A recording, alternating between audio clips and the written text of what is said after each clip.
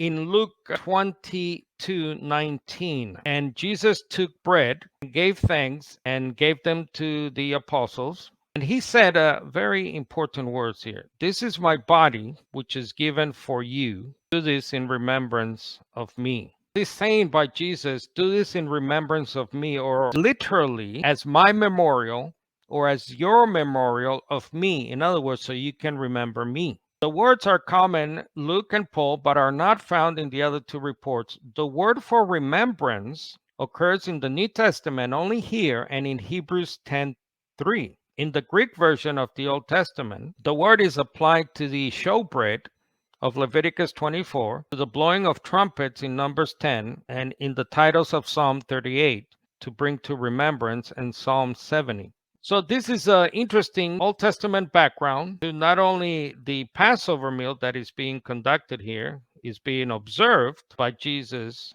and the apostles. Yes, they are having a Passover meal, which, by the way, the purpose of it was to remind the Israelites of their exodus, of their journey out of Egypt and into the promised land, and how God protected them when they placed the blood on the posts of their doors, if you remember. And you see how God told them to do that in order for them to be spared from the angel of destruction that was sent by God on Egypt. That was the purpose of this meal. But again, let's go back to these words of Jesus in Luke and echoed by Paul in Corinthians. So do this in remembrance of me. And then I like this comment here from Benson commentary. Do it no longer in remembrance of the deliverance from Egypt, but in remembrance of me, who by dying for you will bring you out of spiritual bondage, a bondage far worse than the Egyptian under which your fathers groaned.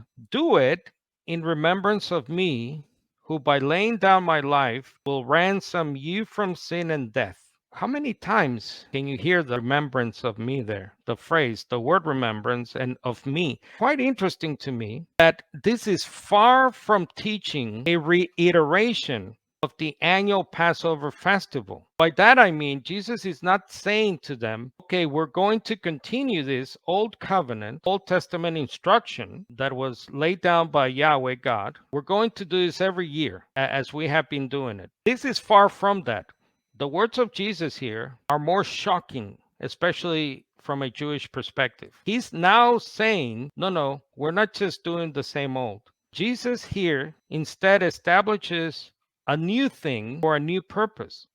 We can see how this is reinforced in the words of Jesus in, for example, Matthew 26:28. He says, for this is my blood of the covenant.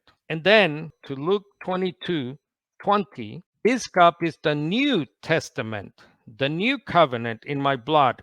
This cup of wine, in other words, symbolized the New Testament, the new covenant in the blood of the Messiah, the Son of God, being poured out.